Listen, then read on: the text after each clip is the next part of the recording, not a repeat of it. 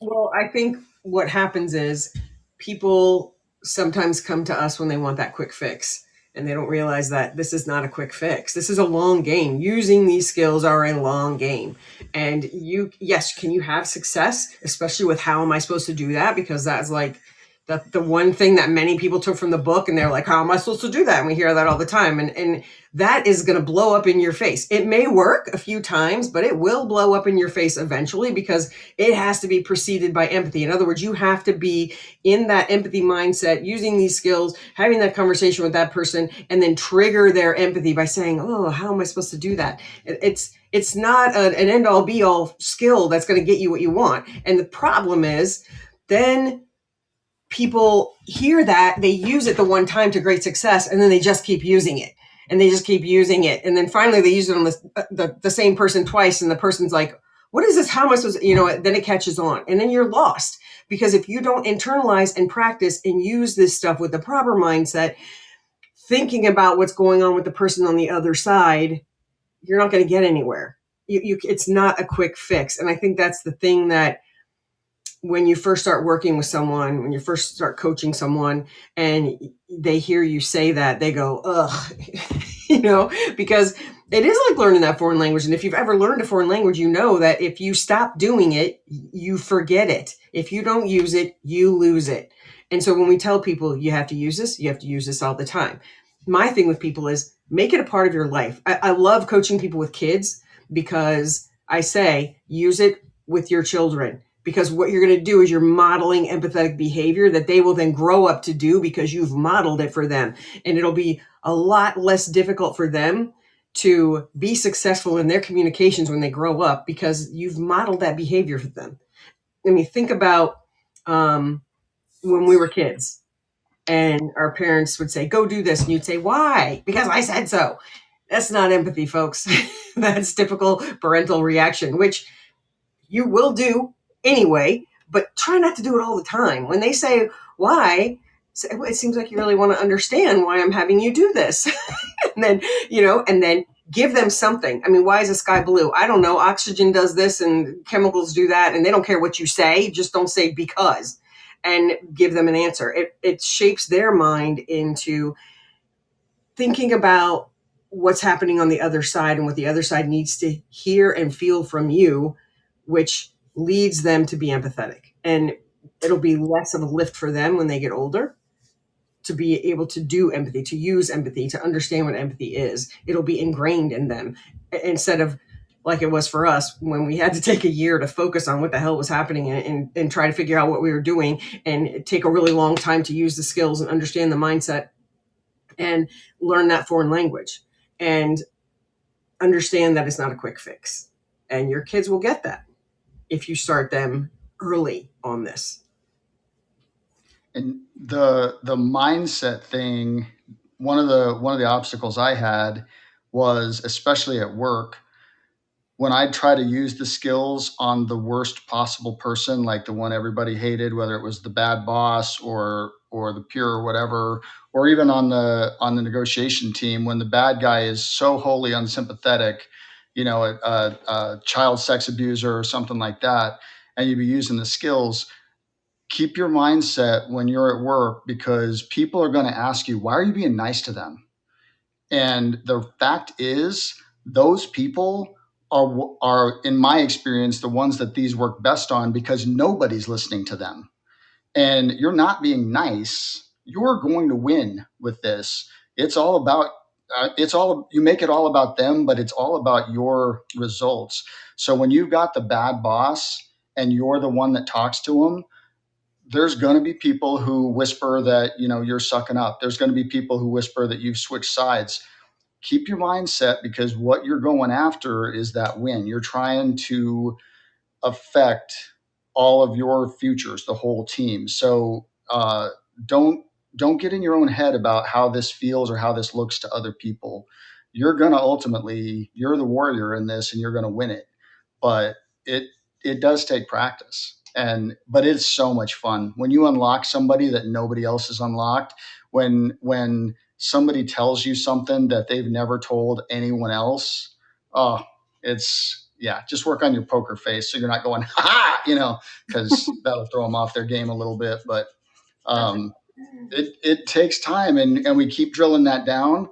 But it takes time to develop, and you should always keep developing. You should always examine the conversations that you had this morning and last night and say, what could I have done better? What could I have learned? What did I miss? What am I going to do next time I talk to this person? And just keep growing, because it is an absolute blast. And you become that person that everybody wants to talk to, and you're just sitting back making money because they call you with all of their lucrative problems. Yeah. I like the way you put that. You know what's interesting? It seems like there's a common thread that I'm hearing that you guys are all saying, which is in any negotiation, you're going to question yourself.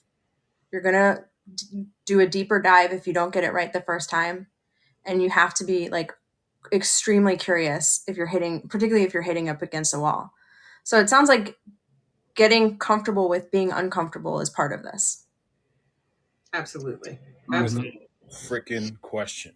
There's nobody on this screen that is going to tell you don't get triggered during a negotiation or a difficult conversation. They better not tell you that, because it's impossible for you to not get triggered during the conversation. The key is, how do you respond to the trigger? And this is what Marcella was talking about as far as the curiosity is concerned.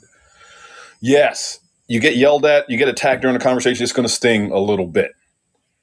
And at least 2 of the 4 people on this screen are going to go at you, or their initial inclination is going to be to go, I'm tipping my hand here, but to go mama bear on you. And you know what mama bear does when she's trying to protect. You can't go mama bear down. And not so, naturally, I haven't practiced it. So. He also just pointed out the 2 assertives. Yes. And so, yeah. So with the assertives, and I've said this for you guys before, the difference between people say, well, what's the difference between the assertive and the analyst? And because we often talk about them being 2 sides of the same coin, and the real difference between the assertive and the analyst is the analyst is going to sneak up behind you and slit your throat, and you'll never hear him coming. You'll never see her coming. It'll be a Tony Soprano moment. You'll put an onion ring in your mouth, and the screen just goes blank. With the assertives, they're going to bury the knife right in your chest so they can watch the life leave your eyes. That's the main difference. But the fact of the matter is, you're going to get triggered during these conversations. We're not telling you not to get triggered. We're telling you don't respond negatively to the trigger. And staying curious it goes a long way into doing that, because there's always, always, always a hidden message behind every statement, behind every question. And so I stay in a curious mindset. I let it sting. I think to myself, oh, I could just smash you in the face with a brick right now. You're making me angry immediately. As soon as I self-label myself, the negative emotions that I'm feeling dissipate. And now I can refocus on, all right, let me be curious about where that's coming from. And also understand that as many times as you practice that, there will be times when you don't do that. There will be times when you are triggered so deeply that your first response is, rah! And the thing is, the ability to take a deep breath and realize what you've just done and back off. And I call this the post audit. I am so sorry. Yeah, you probably think I am a complete idiot. You probably think I'm the meanest person in the world because basically I just jumped back on you.